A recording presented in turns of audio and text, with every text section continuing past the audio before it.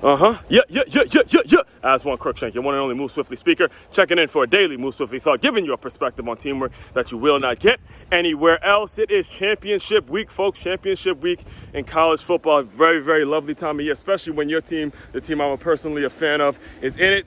Michigan Wolverines going to go at it without their star running back, Blake Corum, all right? And what I want to talk to you guys today about is why, as football people, whether you play, coach, scout, or you're just involved, you're just a fan of the game, sponsor, whatever it is, you gotta always make sure you have two running backs, two very capable running backs that can get the job done. In addition to having an incredible offensive line, you have got to make sure you got a two-legged lion back there, boy. Like two monsters, two goons, two dogs. All right, and that's what Michigan has, right? They beat Ohio State's ass without Blake Corum, and Donovan Edwards came in and did his thing, didn't miss a beat, which is why I believe that the Michigan Wolverines will win the championship. And that could be just a fan of me talking, but I'm telling you it's going to happen, all right? Playing some very inspired football now that their star is out and they had to listen to all year he was the only reason that they were undefeated. Bullshit. Now, let me give you a story. When I say this is a topic that I'm very, very familiar with, I do believe I'm an expert at this whole evaluating running backs thing, being that I played linebacker and I've coached running backs for one season at the high school level, right?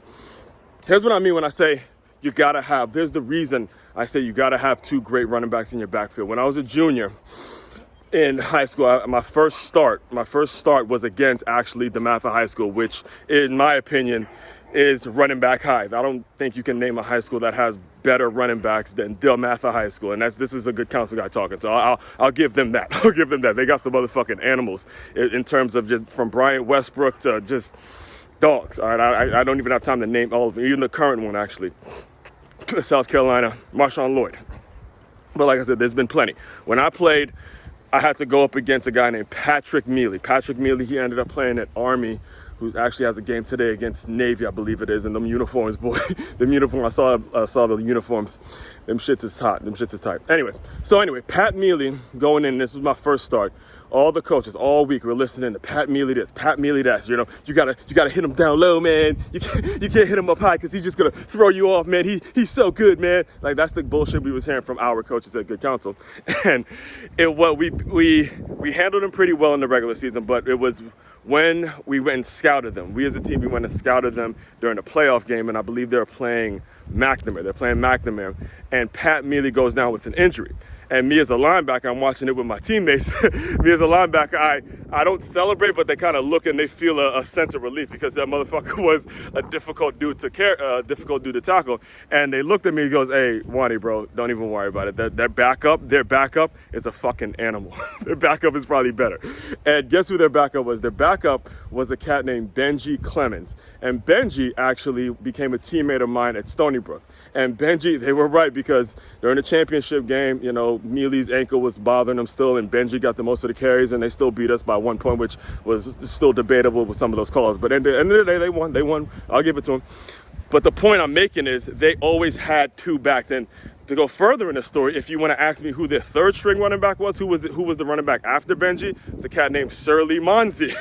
Surly Monzi, who I was a former teammate of at White Oak, who was Mr. Football, and they're talking about him being the greatest youth football player of all time, greatest running back at the youth level of all time. So again, the point I'm making, all right, if you're involved with football, make sure you got a two-legged line, two goons back there, because it's very, very important. You never know who's going to go down, and there's running backs take a lot of hit, the damage it takes to the body, and you could, like as I mentioned in previous episodes and previous shows, you could do everything right as a football player, just the same way Blake Corum did everything right, and that ankle goes the wrong way, that knee goes the wrong way, and all of a sudden you can't play this game anymore. All right, so be very cognizant of that. For more on this very topic, makeyourmove.com. That's MakeYamove.com. New podcast episodes come out 5 days a week in which I do deeper and deeper dives on this very topic. If you're listening to this on the Move Swiftly podcast, be sure to like, subscribe, follow. We're coming with some fire. I got some big announcements coming for you very, very soon, all right? Aswand Cruickshank, your one and only Move Swiftly speaker. You guys continue to move swiftly. We talk more soon.